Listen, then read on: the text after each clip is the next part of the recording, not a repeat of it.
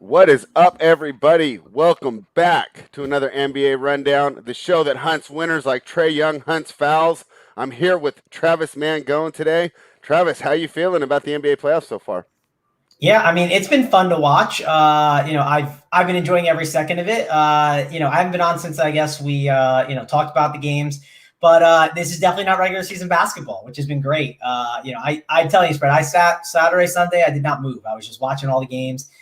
There's maybe like a couple I missed, maybe a quarter or two of, but it was great watching the games. I didn't watch as much yesterday because I guess the Bucks kind of ruined it with the way they kicked it off. And then I don't know, the Nuggets game I wasn't as into. I just thought the Nuggets would kind of go out and win and it'd just be back to 1-1. And yeah, I would have been shocked if Portland would have won that game. But overall, everything's going pretty well for the most part for my picks. I think the only thing I'm not feeling the best on is, and I think the Clippers win the series. But again, I called the sweep, right, and it didn't work out. So that's the one series I feel like I've definitely gotten wrong so far. All right, well, we're going to get into the Clippers a little bit later, and then I'll have you tomorrow, so we'll obviously get the thoughts on that series. But the one that we would not get thoughts on would be the game that you had talked about last night, and that's Denver-Portland. We went back to the well with the Nuggets last night. Hoop was on the show yesterday. I was a little nervous because, I felt a little betrayed by the performance that the Nuggets gave me in Game 1. Hoop gave me the confidence. We jumped back on. We were able to cash that ticket. But I'm not really sure how I'm going to approach that next game. Like, what did you see, and who do you think ends up coming out on this series? I mean, obviously, Portland's grabbed home court, and they've had a great home court advantage in that Rose Garden over the year. Yeah, real quick, spread. Let me just jump in and address the chat. We got Joey Work in there. Knicks in 6. Joey Work, not so fast. That is not happening. You had MJ in the building, aka Alec Burks. You had him just draining shots and you still couldn't win a game? Like, that's a game you're supposed to win, Joey Work. You guys aren't winning that series. It might even be Hawks in 5, might be in 6.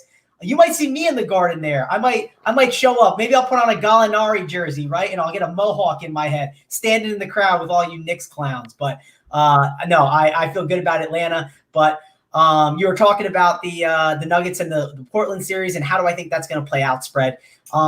It's definitely going to be very interesting next series, right? Because Dame, he was okay, but like I felt like after watching Game 1, like it felt like Portland like had to win that game, right? Like again, kind of what I mentioned with Alec Burks, right? When Carmelo Anthony drains all the shots he drains, right? Like you need to win that game, right? That's a game you have to win. When Carmelo goes 4 for 4 from 3 to start out that game, like you got to close those ones out. Those are important. So I am curious to see how it all shakes out. I think you're going to see this series obviously it goes 6 or 7. And I'm curious to see how the defensive adjustments go on the opposite side for the Blazers, right? I also thought it was interesting that we saw Aaron Gordon covering Damian Lillard a little bit more, right? They got the small man Campazzo off him some, which obviously helped out and limited him a bit in the second half. So what did you think of that when you saw AG more on Damian Lillard? So I know you talked about how that was maybe going to happen for the last final minutes, but you saw that in the third quarter spread.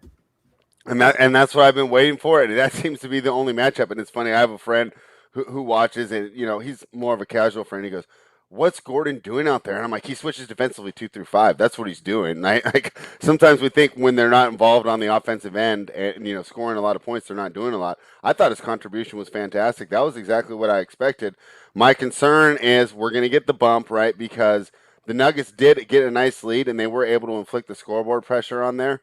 And after that, it was they were off to the races, and I think that it definitely set the tone for the game. I don't think they're going to be able to do that. Let's go ahead and bring in JSU and ask him what he's thinking of this game, and then JSU will go ahead and jump in with today's game. JSU, you with us here? You all ready to go? Sorry about that. Oh, we're all good. We're just happy to have you on here. We're talking about the Nuggets and the Blazers and what to expect out of Game 3. Obviously, a nice performance for the Nuggets last night, but I expect the Blazers to look a lot different at home. And I won't have you on Thursday, so just your quick thoughts maybe on how you're going to approach that Game 3. Yeah, for sure. I mean, just to hit up last game too, we were on the final countdown show. It was just me and Big T. Mm-hmm. And Kay Fallick also actually, and we all thought that this was a a game that Denver was going to have and have pretty easily. We all like Denver in this spot. Now, Big T likes them for the series. K Falik, I think, leans them for the series as well. Wow, I'm on the Portland side. I was on the Portland side. I thought K Falik's a Portland backer. I'm pretty sure he has a ticket. So K Falik he has a ticket for both the Nuggets and Portland. That's his issue, right? And he had to pick someone. I'm still thinking that Tony kind of forced him into it. Like Tony kind of nudged him into the Nuggets direction. Yeah. That's my personal opinion. I don't know if that's true or not. K Falik says it's not true, but I don't know. Either way, though, I think this series goes 7. I think these teams are pretty close to even. But I do think in the end, Portland does win. And I agree with you. This game 3 seems like a Portland get back spot here where they're gonna get them back for that last game and at home. I do like Portland here, and I think they I don't know if they roll, but I do think they win. So I like them. That game last night, though, I kind of thought the way it went was the way I saw it kind of going, where, Jokic, they made Jokic a scorer, and I think they're going to keep doing this all series.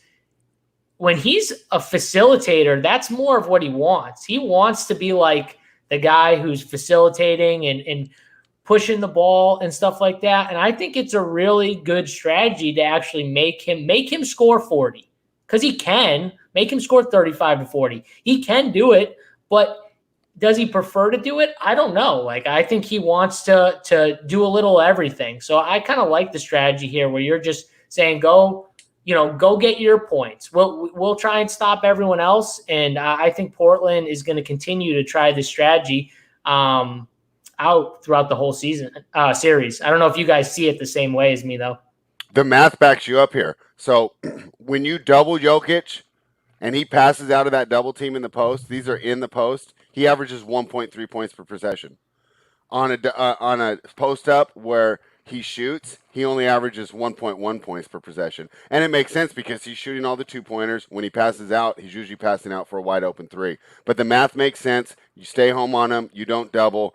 And you let him beat you, and you don't let everyone else get hot. And I think that the other good thing that does, especially in game 1, when the other guys aren't getting shots and they're not getting involved. I mean, you've been out there, JSU, right? When you don't touch the ball for 4 or 5 possessions, get a little lazy on defense, right? You're not in the flow of the game. So I think it's been a great strategy by Stotts, and I can't wait to see how that goes. And I won't have you guys on Thursday. That's why I wanted to ask you about it right now. But let's jump into it tonight. And the first one we have is Travis's favorite team, and they failed to cover against the Brooklyn Nets that was Saturday, right? And so you think, okay, this is bounce back, right? Last night was the night of the bounce back, right? You went zigzag, you cashed, it was fun, nice. I'm a little worried about Boston's bounce back here, and here's my worry. They covered this game, Brooklyn covered this game, and they shot 8 of 34 from behind the arc. I just think the three-point shooting improves. And I was going through Boston stats. I didn't see any stat that jumped out like that for me for Boston. Boston was 11 of 30 from behind the arc. That's 36%. That's pretty standard what you'd expect from a team, especially in the playoffs. So I'm really struggling to find a way to back Brooklyn, but it seems too easy, so I just haven't bet it yet. I want to hear your guys' thoughts on it. And what do you think about these Boston Celtics, Travis? Yeah, I mean, I'm not jumping to bet this this. I'd say this spread, but I think if you have to pick one, I'd pick the Nets, right? There's no way I'm backing the Celtics here in this. That the money line on the Nets, you could parlay that up. Like when I did it real quick, that and the Clippers, because I like the Clippers. We'll talk about that when we get there. But I did a parlay of those two. I got brought to minus 150, right? Which it's not the end of the world. It's not the most amazing bet, but I don't love parlays. But 2 teamers I can get behind, especially when I feel like good about the teams and the spots they're in. So I like that. I do think you brought really good points about the Nets there. Also, don't forget Kemba Walker, right? Kemba kind of like struggled, right? I don't expect him to struggle again like he did in the last game, right? So I think that's going to bounce back a little bit for the Celtics. But ultimately, I think this Nets team is just too good. I mean, I've been riding them out the whole way. Is it 8.5 or is it 8? What's the line at spread? I see 9 right now. 9? Okay, so it's moved there. Okay, yeah, I mean, ultimately, I think I would, if you make me take a side, I'm going to take the Nets. I don't think the Celtics are going to, on the road in that second game, I don't think that's the game that they actually start to challenge it. I think they either challenge it in the game 3 or the game 4 at home, right? I think they're a team that's clearly, they're clearly overmatched, right? So I think ultimately when you see them have that game where they kind of maybe can keep it closer, it's going to be the one that's at home. I think it's going to be I think just too much to handle with KD, Kyrie, Harden. I mean, they're just so good, man. It's hard to argue. All right, and if you have a Brooklyn ticket already, you might be a little worried because the hottest man in show business took the Celtics money line. JSU, what do you think? Yeah, I've been saying this with these series, especially this one here. Yeah, of course, Boston is overmatched, but can they take a game? Yeah, for sure they can. Now, which game it's going to be? Our boy Big T likes Boston money line. See, I think it's game 3. I think it's game. So okay, so I thought it was game 3 too, but I do think they take a game. I really do. So I don't hate the call with Boston money line here from Big T. I could see it in this situation. Now, is it like the safest? No, for sure not. But again, Jason Tatum, Kemba. Do you expect Kemba to have another bad game? I agree with Mangone. And he was in foul trouble too. It wasn't just like a horrendous game. He was also, in foul trouble a good amount. So I think the likeliest scenario is the Nets win here, the Celtics win game 3. That's what I'm going with. But again, what's the money line at right now? What's the money line at? Plus what? I think it's great value here, right? You get plus. Yeah, that's what I'm saying. To win a basketball game against 3 players, I'd say Durant not as much, but Harden and Kyrie can easily mail it in. I mean, we saw it all season, and we talked about the Clippers earlier, and we're going to talk about them more. But the dangers of being a team that flips the switch, and although it didn't turn out for me, I said that's why I like the Knicks. You don't flip the switch; the switch is always on, right? I just worry. These guys know that even if they drop tonight, they're not losing the series. That's my main concern. And I'll tell you what, Mangone, I did that same parlay, and I did it last night, and I was feeling pretty good last night, right? A little celebration after watching those games. I woke up this morning going like, man, I don't know if I necessarily like that one as much. I do worry that Brooklyn could punt it here.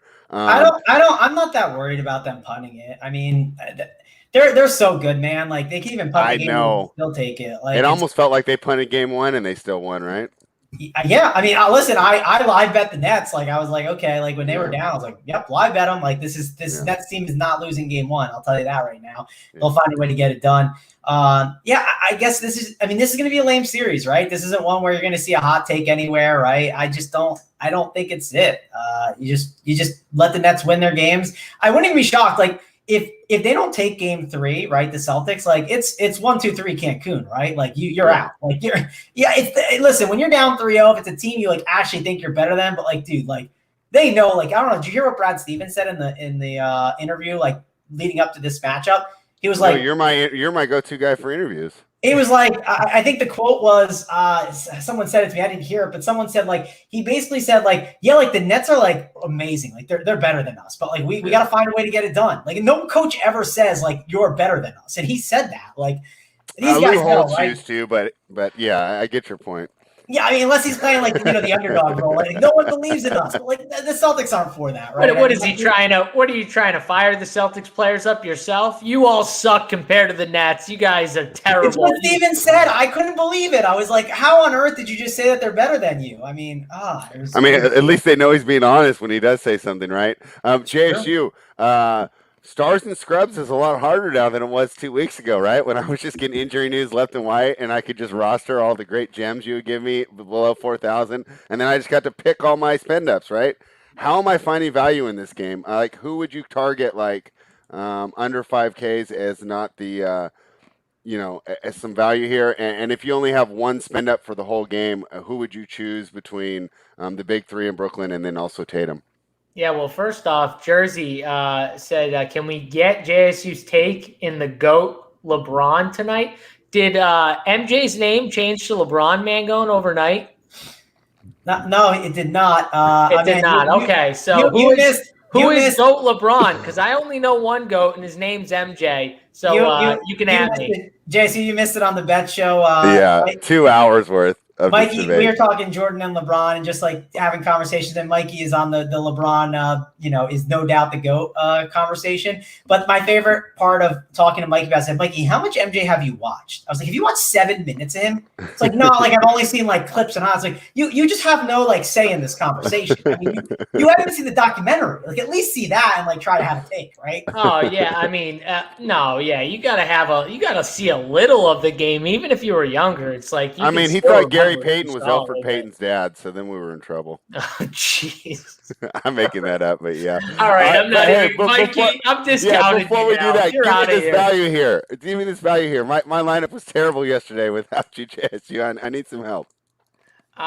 Yeah, value. You're looking for value on the. I mean, in this game, or do we just completely pass it over? Okay, wait a second. I want to say something right now because I talked Mangone. Me and you did a show on. It was Saturday, right? The Celtics game was on Saturday. So me and you did a show on Saturday, and our boys Big T and K Fallick hopped on here, and I went on like a 5-minute rant about how Robert Williams was a key for the Celtics in the series and how they needed him specifically. No one was backing me here. I just want to say, Robert Williams goes out and decides to have 9 blocks. Yeah. I mean, 9 blocks. That's a team record, isn't it? I don't even know. But I was just impressed he was able to walk on the court, JSU. I didn't think he was going to be able to play like that. No, but I'm not even saying that because I think that was another reason why a lot of people were maybe not on him was they were worried about the injury. And I that's fine. Like that. I agree with them. That was a concern. The injury was scary. But my point is this guy is a factor against the Nets. This is what they need. And they only got 23 minutes of it. I think it's probably because they didn't want to push him with the injury scare. They probably had like a, somewhat of a minutes cap to a certain point. Like we can't run him past a certain amount. But this dude needs to play more. Like if he's healthy, he needs to play more because he is a key for this series. He needs to be down there. He needs to man the paint, he needs to protect the rim. They need someone like him. Tristan Thompson is not that guy. He's just not. He's not that guy. The only reason I don't see him starting possibly, JSU, is I think they might want to do like 4 or 5 minutes with Thompson, right? And I think they might do it to protect Robert Williams to not get early foul trouble on him because I think they worry if he catches a couple early fouls, it could just throw off his entire rhythm and it could absolutely destroy them, right? Like that would not shock me if they rolled with that, but then you see them close more with Williams. So Williams' minutes will probably tick up, but I just would not be surprised if they were very concerned about the fouling that he can have and bring him in a little later.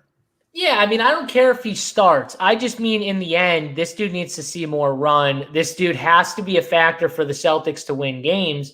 And I think it showed how big of a factor he can be the way he was playing. Like, he was playing really good basketball. He needs to continue it. Obviously, the 9 blocks are not going to continue. That's not going to happen every game.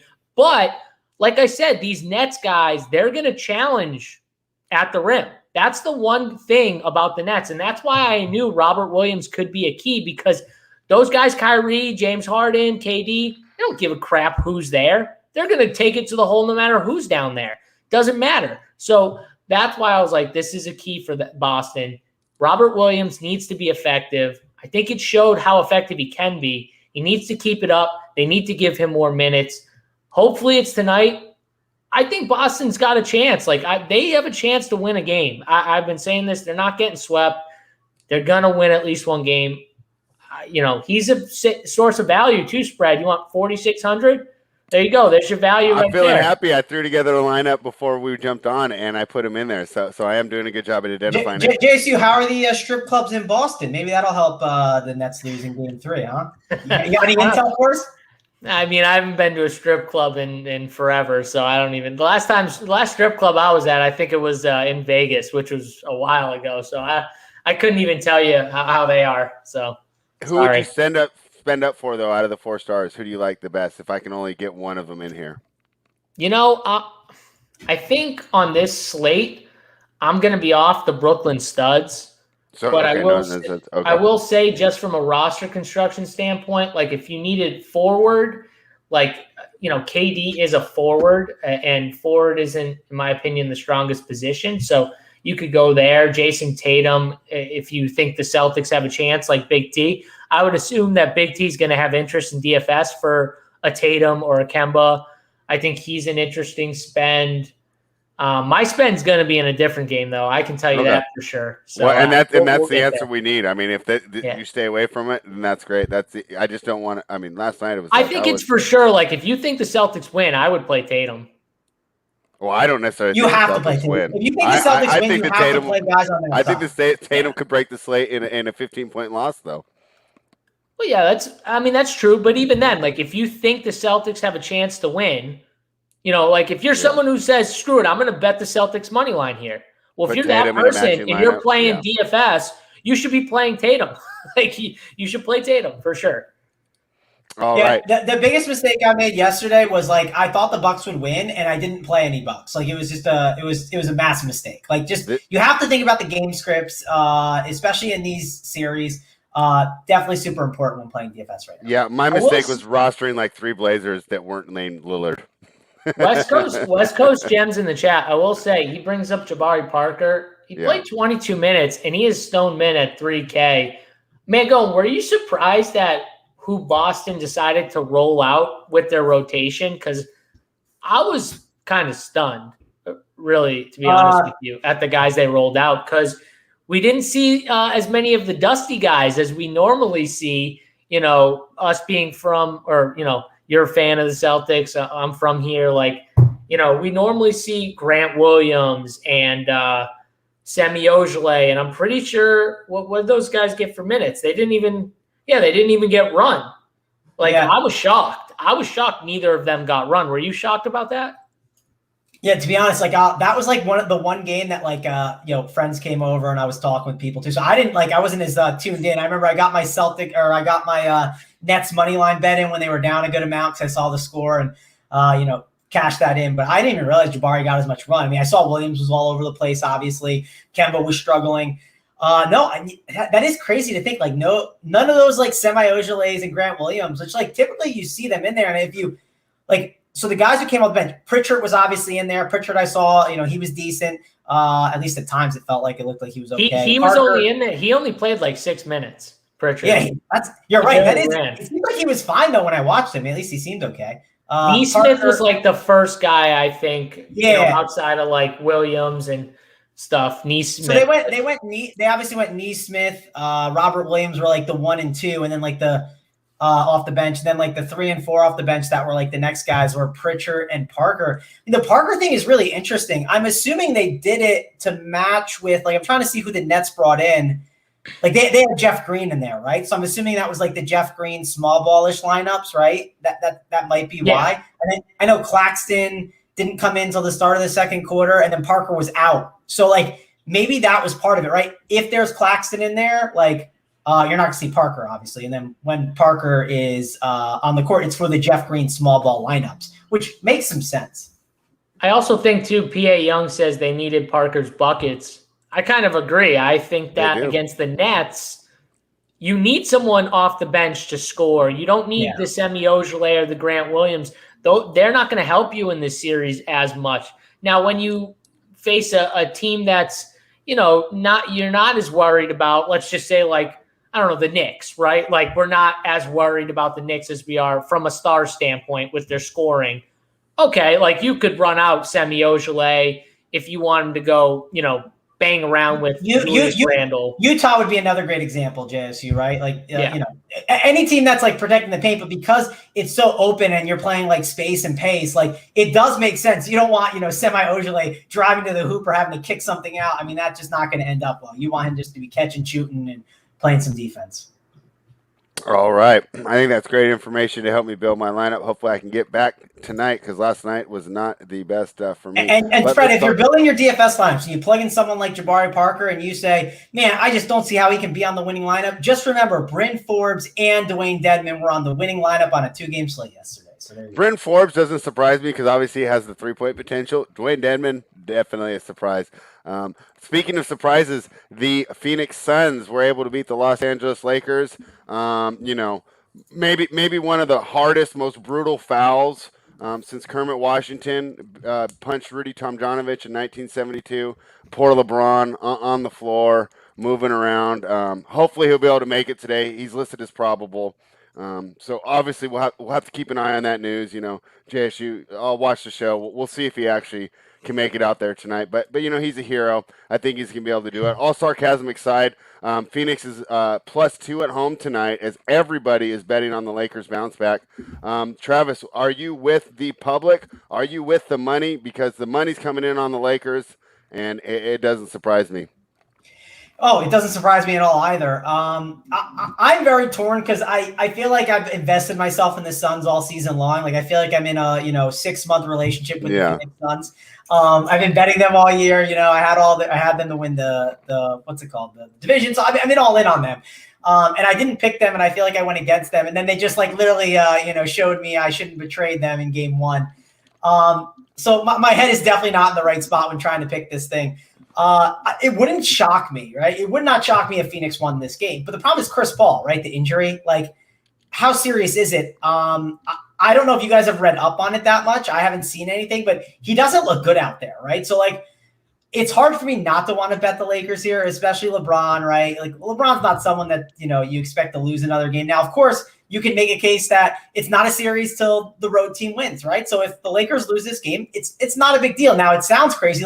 Lakers are down 0-2. That sounds shocking, but in reality, it's not a big deal, right? Because you'll expect the Lakers to go home, then win their home games, and then they'll duel it out in game 5. But I don't know. Do you guys think Chris Paul is, going to be really hurt and not the same? And this is an easy spot. Just jump on the Lakers and take the free money. Yeah, I really don't know, to be honest. I was actually looking towards the total again, but I'd love to hear your thoughts because I wasn't really sure about the Nuggets yesterday, but after I finished the show with Hoop, I placed that bet, and I was excited about it. So I definitely, am opening to hear what you guys say about this game. JSU, what are you thinking? Well, I think the key to this game is how you view CP3. And if you watch that game, before he got injured and then after he got injured, you're going to see 2 different players. Mm-hmm. I mean, I saw CP3 out there and, he was struggling in areas where he normally doesn't struggle. Just he looked hesitant. You could tell he took some shots, but he didn't really want to. It seemed like he was very hesitant to shoot, honestly, with his offense. And he was, he made a couple mistakes, which are unlike him. He's normally pretty good about certain mistakes he was making. He didn't look right. So, I mean, if I'm getting, before injury CP3, I'm like, okay, that Suns team, they look like, a tough team. I don't think we're getting that. I think he's actually injured. I think that the Lakers are the play here, and I'm still not worried at all about the series. Suns took game 1, and I'm not worried at all. I still think the Lakers end up winning the series. Those of you that are holding up hope that the Suns can get it done, they took game 1. That's fine, but they need a healthy CP3 for sure. And I don't know. Like I said, if he's healthy, then you have a shot for sure. But if he's not healthy, I don't think you have a shot at all. What do you think CP3's points prop is? I have it up now. What would your guess be? I don't know. 13.5.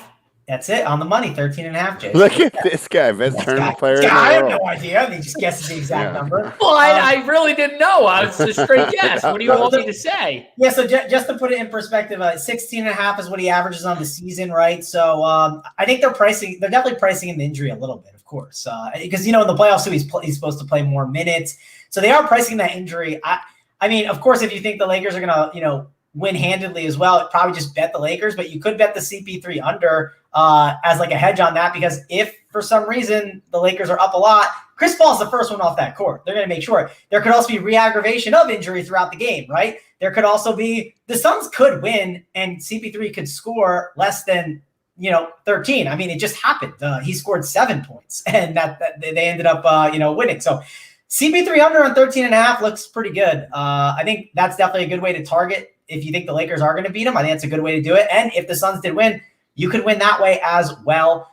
So yeah, that's kind of where I'm at. Unless maybe they decide to play the offense where they leave CP3 open and let him shoot with that bum shoulder and he gets enough buckets. But I don't see that being the case. But look at the other side of this too. Is if you think CP3 is really hurt, I mean, for DFS, you could just go target. That means Devin Booker and DeAndre Ayton become more of the focal point of the offense from a shots perspective, from a scoring perspective. They're going to run more plays for them. CP3 is going to try and get them in really good spots. He's not going to try and take over as much if he's actually hurt. That's another key. So for like DFS, you could target that and say, well, maybe I want to play DeAndre Ayton, even though it's not the best matchup. I mean, we saw him get it done last time. He's going to play a bunch of minutes. Maybe you want to play Devin Booker, who took 26 shots. I mean, let's jump back to Ayton real quick. That was, I would say, is the best game of his career. He may have dropped 40 against Washington one night that I didn't see, but that was the best game of his career. Do you expect to see that DeAndre Ayton for the rest of the series, or was that just, hey, everything went right for me today? No, I mean, I think that if they don't have that DeAndre Ayton, they don't have a chance. Yeah, I know, but I'm just saying, do you expect him to come? Do you think that he really just got that much better, or do you think he just had a really good day? He was a player that pissed me off because at the beginning of the season, I thought he was going to have a career year. He was someone I definitely whiffed on. I thought CP3 was going to be just the perfect person to pair with DeAndre Ayton. It was going to open everything up for him. It was going to make life so much easier.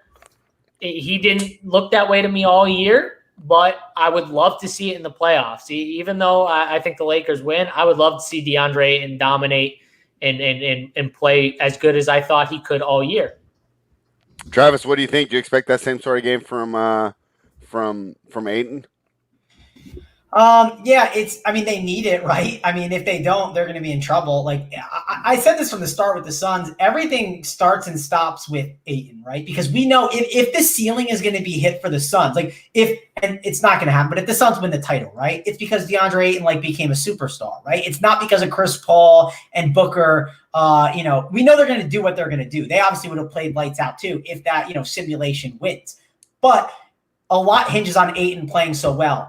I don't know if he does it again here. It also depends, what are the Lakers doing, right? Why are we not seeing more 80 at the 5? Why is there a ton of Drummond out there? Did Drummond play pretty well when he was out there? Yeah, better than I expected, but I don't think that's going to play well in their favor. I don't know if you guys were wondering that, because I don't think the Drummond idea is working. They need to just go to 80 at the 5 when the games matter, right?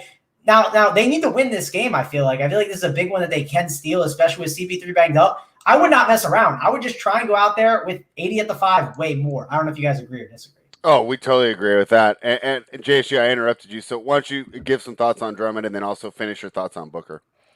Oh, no. I mean, I'm 100% on board with playing 80 at the 5. 80 at the 5 is the way they should be playing for most of this. That's the way they should always do it, in my opinion. I'm not a big fan of Drummond out there.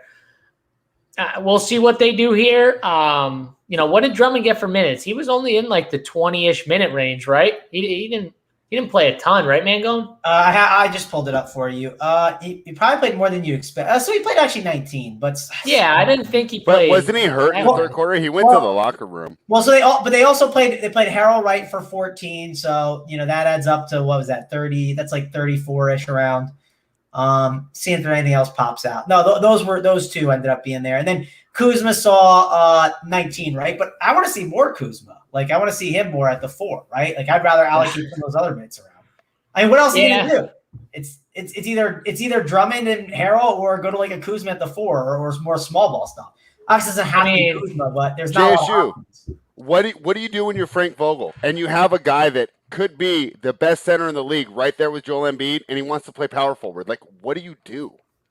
Well, we all know why. He doesn't want to. He wants to be a finesse guy. He doesn't want to bang with the centers all game. Anthony Davis, stop it. He doesn't want to actually handle. That's where we see as the best spot for him, but he doesn't actually want to do that all game. Yeah, I know, but I mean, it's got to be frustrating when this is what's best for the team, but my star player doesn't want to do it, and now you have to balance this, doing what's best for the team, and then also not getting your star player to turn on you, because we know this is the NBA. A lot of players do this, and you're the player, we get into an argument, the coach is gone.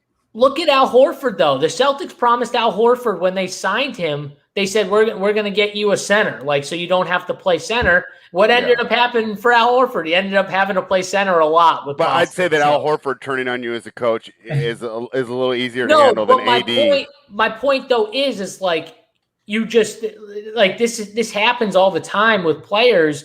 They're like, oh, this is where I want to be. It's like, no, listen, this is where you should be. All right. I don't care about what you want. What's the team here? All right. Like AD should understand that, but I'm surprised LeBron doesn't like see it and say something to him about it. Well, and the other thing, and this is why, like, I don't want to go overboard on trying to bet Phoenix or jumping on the Phoenix value. I do think that when the games really matter, that's where he's going to play, right? So, assuming they go down tonight, let's say they did lose tonight, we'll see more of it Game 3, and as the series progresses, you'll see more and more. You know, so it's almost like a weapon you can keep in your back pocket. You know who I don't understand why he doesn't get more run, and it makes no sense to me. He's played amazing all year when he's gotten some run, is this Horton Tucker kid. Mm-hmm. Who's you know why? Because he's so bad defensively. He's bad, dude. I don't care. AD helps with that. When you have AD on the floor and LeBron and they can help this kid out there like that. But it looks like, remember how Michael Porter Jr. looked last year? I mean, that's how it looks. Like, it's that bad. I don't know. I think this kid he's only 20 years old. I mean, I think he is good. Like, I think he's ready to get run in the playoffs. Like, and if they're going smaller, he might fit. I hate friggin' Kuzma. I can't stand Kyle Kuzma. He seems lost to me all the time when I watch him on the floor. Like, I mean, you can put LeBron. You can put LeBron at the 4, like, too, if you want, and then just like go a little bit smaller. But you could do that. You know, that's the best lineup. Right? AD at 5, LeBron at 4. The thing we have to mention, and I mean, questions asked in the chat, like Harrell at 3,500. Like, we need to find some value plays throughout these slates. I'm not saying he's the guy, but like, we're talking about the scenarios and like we're saying what they shouldn't do, but like they are doing it. So the fact that they're putting some big men out there, and we don't know what adjustment they're necessarily going to make. Maybe Vogel will talk about it in like the pregame press conference, or maybe you can find something about him talking about it where I can give you a hint and maybe get you onto someone. But ultimately, we need to do what the coaches are doing, and Vogel does play big at times. So maybe a Harrell is going to be interesting. And depending on, you said Drummond got hurt throughout the game. I don't know if the injury is like serious or anything, and maybe Harrell gets rolling a bit. I'm not sure. Yeah, I don't even think he's not even on there. Anthony and LeBron are probable, but no Drummond on the list. So nice, because they're not there. You know, there's no chance. There's like, you know, any chance that those two miss. Like, I mean, just wonderful how they do it, but they are keeping on brand. Hey, so here's the I'm going to say about this game, and then we'll move to the next one. My favorite play of the whole opening weekend was Lakers under 213.5. The game finished at 189. Oh my gosh, it was so enjoyable to watch. We're chilling on the live show. I'm arguing about LeBron. I don't even have to worry about my bet, right? You know, we can bring up Jordan against Gary Payton and all this fun stuff. Now they've dropped the total to 210. I want to go right back to it. I want your thoughts on it. And then, like, how low can they put this number before you wouldn't bet it? I'm thinking it would have to go down to, like, 204 before I wouldn't bet it. This still seems too high to me. Travis, what do you think? Are you expecting a high-scoring game in Phoenix? I mean, I'm not really expecting a high-scoring game, and I think that's a good call there. And I wouldn't be shocked if, the game kind of got a little out of hand and, like, Phoenix kind of called it early, right? It just wouldn't shock me if they did that if Chris Paul's, like, seriously banged up, right? Like, that's just a scenario that could happen as well towards, you're thinking of this under. And I think that plays well. And, I mean, I think you ride it against spread. I think it's a good call to go back to the well. JSU, you with me here? Do you like the under, or am I missing something? Lakers? No, two good defensive teams. Definitely under. LeBron likes to walk the ball up, half-court offense, still to CP3. That makes a lot of sense here. I play the under here. And just looking at some of these point totals, just looking at some props here, like I see some decent props. You got DeAndre Ayton over 14.5. Like, if we do think CP3 is hurt and doesn't want to shoot as much, like, I could see an over for that points prop there. I think that's kind of low, in my opinion. What is right, because like you can't price down CP3's prop to 13.5 and then like not price up 28.5. Okay, yeah, they're definitely pricing. Yeah, they're pricing a lot of Chris Paul's points over to Booker, which makes sense, obviously. And DFS-wise, Booker's going to be a great play because he's going to chuck up a ton of shots. I mean, there's going to be more use for fun of it. Yeah, he's going to have like 25-plus shots, I think, again here, Devin Booker. And the other thing about the Booker matchup that's so favorable for him is that, like, when you go to, like, those advanced stats, right, Caruso's going to rate out as a really good defender, but then I can't remember who I saw do it. It was one of the guys that, just always running numbers. He ran Caruso's numbers against defenders that are his size, against offensive players that are his size or bigger than him, and his effectiveness drastically drops, right? So Caruso's really good against guards that he's bigger than, but once he gets to be the same size or smaller, he really loses a lot of effectiveness. I think it's a fantastic matchup for Booker here. Well, one other thing I think the Lakers need to fix is Anthony Davis in any game can't take less than 20 shots. He needs to take 20 or more shots. And you got to, like, if you're a coach, like, you got to get on him. Run more plays for him. You guys run in the half court a ton. Run more damn plays for him. But there's no way he should shoot 16 shots in this matchup. He needs to take 20-plus shots from the field every game. Post him up more. Do whatever you got to do. Get this dude the ball. Like, what he's a mismatch for just about every team you face. Like, inside, outside, he can do everything. He needs to have more shots than 16. Like, he needs to be in the 23 to 25-ish range, in my opinion. Yeah, definitely. So this should be a fun game. I like the under the best. JSU likes the Lakers to come back. And was that the side you were on officially too, Mangone? The Lakers? Yeah. I'd side with the Lakers. I mean, the injury is just too extreme. You know what I mean? So yeah, and it's just really too bad for this Phoenix team, right? Because I know, being a Sacramento fan, you haven't been in the playoffs for a long time. You're really excited to get back. You're the number 2 seed. First, you draw the defending champions, and then your star point guard, has an injury. So rough for that fan base. Hopefully they get a good chance to run it back next year. It's not over yet, though. It's not over, right? If we're talking 2 weeks and we're doing a Phoenix second-round series, I would not necessarily be, like, super surprised. I do lean towards the Lakers, but Phoenix still has a chance. And we'll see. Maybe in 2 games, that shoulder is fine, and, we're surprised that we even talked about it so much. But let's talk about the game, probably the game that pissed me off the most this whole weekend, Travis, and that's the Clippers doing Clippers things against Dallas again, falling apart. I felt bad. It's almost like they were, like, making fun of me, because I came on the show, I touted, hey, Ty Lue, Rajon Rondo, they're going to have better execution in the last 5 minutes of the game. They're up by 3 with 4 minutes to go. They completely blow it. Luka takes over. If you never watched basketball before, right, he was by far the best player on the floor. I think the Clippers bounce back tonight. I think that Dallas, what we talked about it, right, yesterday with me and Hoop, Dallas shot, 47%. The Clippers were 23% from behind the arc. It's pretty much the whole league at this point. I don't expect them to shoot so bad again, especially at home, and I will be hard-pressed to see the Mavericks role players continue to give that type of contribution. I obviously expect Luka to go off, and I wouldn't be surprised if that's the spend-up you guys choose here when we're talking about DFS. But Travis, what are your thoughts? Did the Clippers bounce back here tonight? Because I think this could be a blowout. Yeah, I mean, give me the Clippers here. I like them a lot. I also think that, Kawhi Leonard in DFS, I'm going to be all in on, basically. I think he's an amazing play. He kind of struggled in that fourth quarter, right? But he really had some great production early on. I have a lot of faith in Kawhi. He's also going to be defending Luka. So you can obviously make an argument. Maybe that causes more energy to put on there, and maybe he doesn't do as much on offense, but I'm sure he'll find a way to get it done. They are going to put Kawhi on Luka more. I think that's going to cause some problems for Luka. I think they realize they need to do their best to stop Luka, right? Like, don't just let him do whatever. The big concern I had with the Clippers was that paint, man. It was sweet down there. I mean, you could just get anything you wanted down there, it felt like, and they didn't care. They were letting Porzingis blow by him and just dunk the ball. That was just weird. Like, that's not something Porzingis does. I mean, I know he's a big guy, but, like, you don't see Porzingis just, like, posterizing people and just out there, like, hyped up. It was weird to see. He's typically the guy that wants to, play finesse, right? Spread. He wants to stand in the corner and back you down and do a fade or shoot a three-pointer. So, yeah, that was interesting to see. And did I have some worries about the Clippers because of the last year I bet them and I thought they were, a lot better than they were? Yes, and it felt like it was happening all over again. But I'm going to go back to the well. Hopefully it doesn't bite me. I know JSU has been a Dallas guy all throughout the season. I know he wasn't as excited for this matchup, but I'm curious to hear if he's all back in on Dallas now.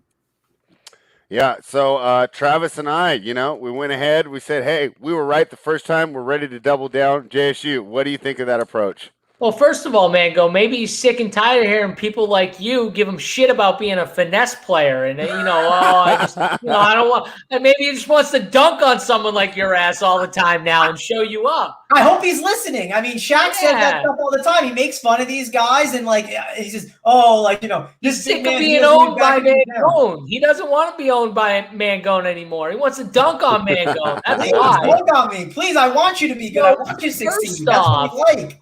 So first off, on this show, when we did the show, there was zero respect given to the Dallas Mavericks on this show, except for one man who told you Luka can win a game by himself. He could win 2 games by himself or 3.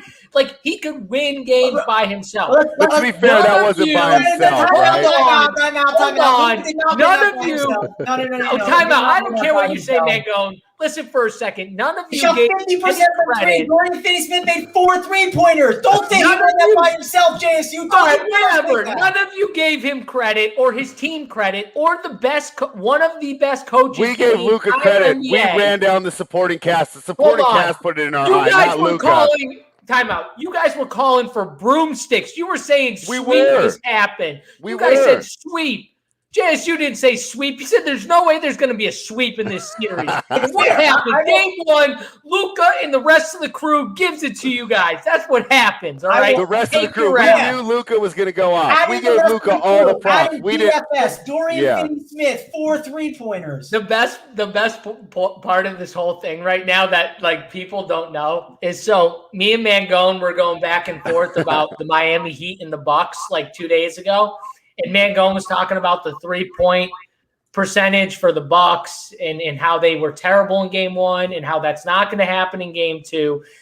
And I was talking about Jimmy and Bam's performance in game 1 and their terrible shooting performance in game 1. I'm saying there's no way that's going to happen 2 games in a row. So then Bryn Forbes and Pat Connaughton come out in the first quarter and they do their thing and they have however many friggin' threes and the Bucks score 46. Mangone's texting me. Mangone's killing me on text. Yeah. I told you the threes.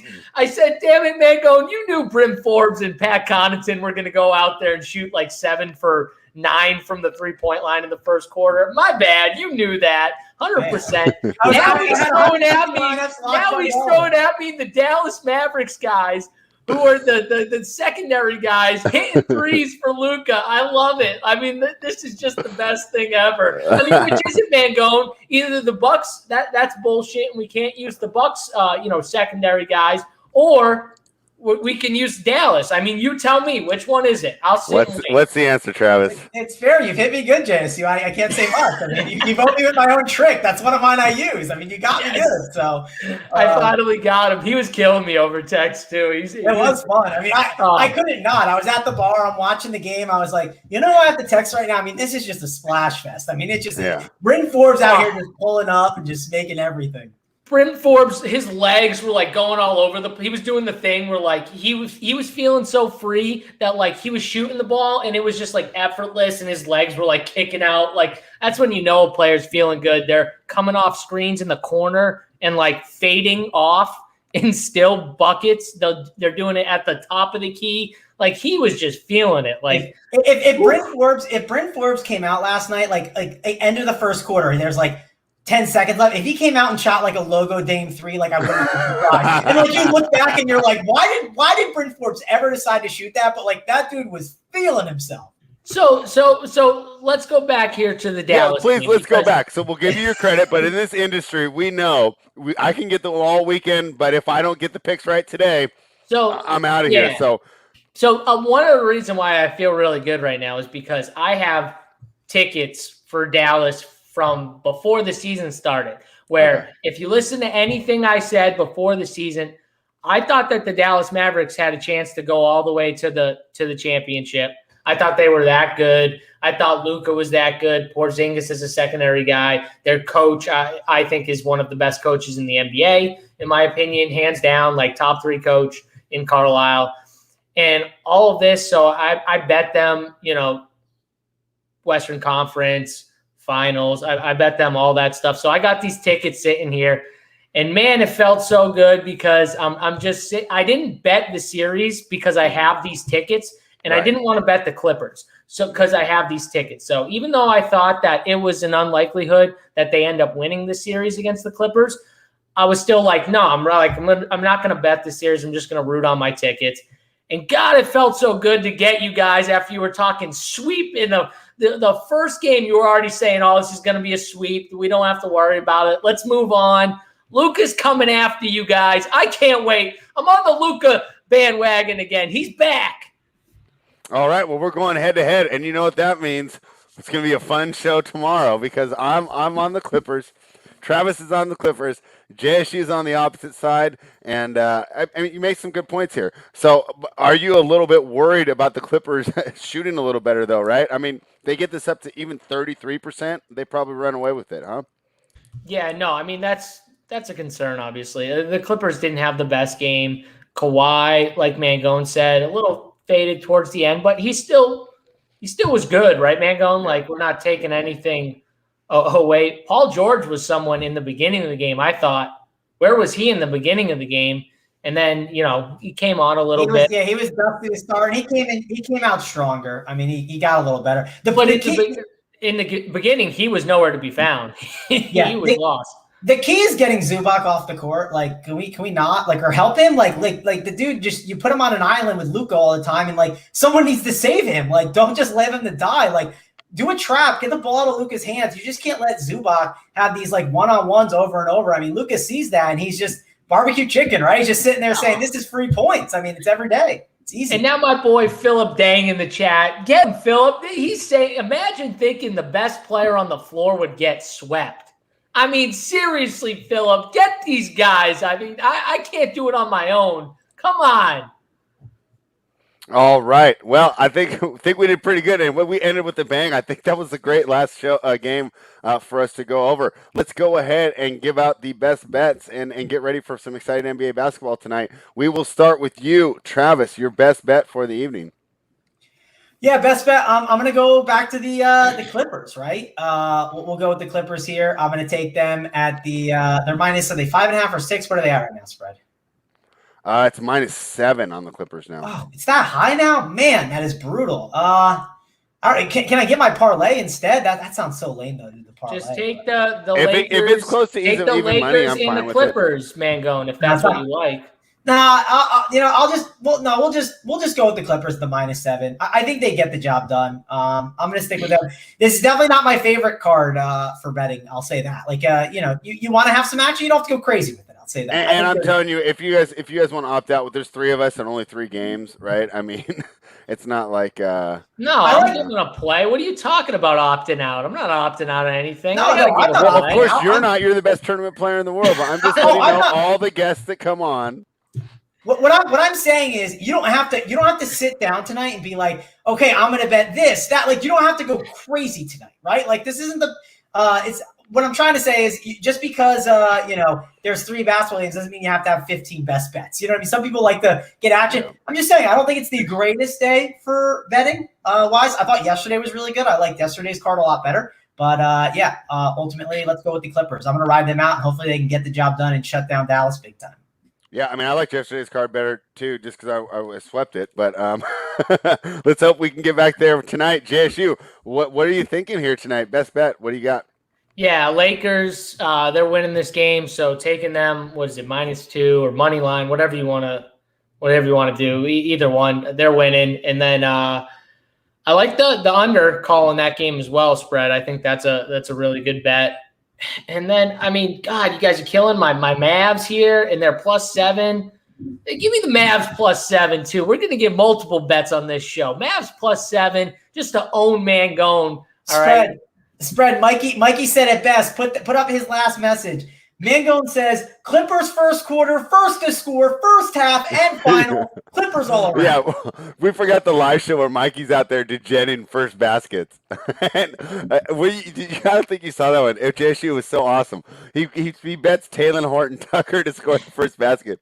He's not even in the starting lineup. It was one of the funniest moments on Keg Live that we've had. So if you do want to watch Keg Live and see all the fun we are having with the various guests we have, become a member of RunPureBets.com. Head on over over there. Use promo codes BETS25 off. You will get access to all the plays, the Discord, and of course the Keg live show. For my best bet today, I am going to go under in that Lakers game. It just seems to be the angle to go to. I love it. And if you're LeBron, this is smart. You're 37 years old. If I'm 30, I go out and play. I don't want to run up and down the court, right? I'm trying to go slow. I need to take my breaths, right? So I expect another slow-paced game. JSU talked about it. 2 of the top defenses, 2 of the slow paces continue to give me the under. And unless they move that number to around 205 or less, I'm going to continue to hit it. If this drops to 207 for game 3, I'm going to hit it. If it's 206 for game, 205, 205.5, that's where, we might look for another angle. So I love the under here. I love all the great discussion we have. I think that because of the show today, I'm 10 times more excited now for Mavericks Clippers, because I'll tell you what, JSU, a lot of people that I talked to are on the Travis side, right? And the idea was just fade. You're going to fade the above average 3-point shooting and just bet that it regresses. I'm fine though, spread. I'm used to being on the unpopular side. I'm used to being on the opposite side. I wouldn't mind living on JSU Island either, with all the Lambos and the boats and the girls in bikinis. I mean, JSU Island's not a bad place to live. Jason, are you in a bikini right now? Can you change real quick? I mean, I'm getting off this show soon. JSU, since you like being on the popular side, how's that popular side of Atlanta going versus New York? Oh man, I can't wait to own you tomorrow. Yeah, that's tomorrow. Hey, save that for tomorrow. Hold up, leave it for the ring. Tomorrow we're getting that one. Let me get it watch you guys. I can't wait. We got Hector the best. Knicks literally own the Hawks the entire game, and then they come back and win at the end. And Mangone's talking it up like it was the most amazing thing ever. Yeah. We'll talk about it tomorrow. Okay, make sure you bring Alec Burks, a.k.a. Michael Jordan, for next week. I got you, baby. I'm bringing them. All right, gentlemen. Well, thanks a lot. This is so much fun, and I can't wait for tomorrow. And obviously, we'll be sending some fun messages to each other tonight. Or Mangone will get my DMs of doom when my picks don't go well. So, thank you everybody for watching. Reminder: runpurebets.com is the place to be. Promo code BETS25 off. Get over there. Go ahead, ask me some questions. Send me a DM if you're curious more about what the service we provide is. JSU, you want to let everyone know the content you will be doing this week for runpuresports.com. Yeah, Monday through Friday, core plays, live shows for MLB, NBA. Today, I think I'm on with Big T in DC at 4:00. That's a squad right there. For the free YouTube show, we'll be talking up some MLB action. There's some big contests on DraftKings. So we'll be talking MLB up over there. And then we have a final countdown show for premium members, 5:30 Eastern. I think Mangone's on it today with a few other hoop and Holden. I think they'll be talking, I'm sure, some baseball and maybe mix in some NBA takes too, right, Mangone? Sure, yeah. I mean, I'll be doing it all, and should be overall fun. And then we'll have DC, Big T doing the baseball show. I'll be tuning into that and trying to get some winners. I got that $1,500 ticket, so I'm excited to try and take that thing down. Yeah, I got a couple too, so I'm with you. I'm ready. It'll be fun. I can't wait. It's a good slate. Right. Yeah. All right, guys. Well, thank you very much for watching. Please like the video, subscribe to the channel. We'll be back tomorrow at the same time for another great debate. See you then, guys. Run Pure.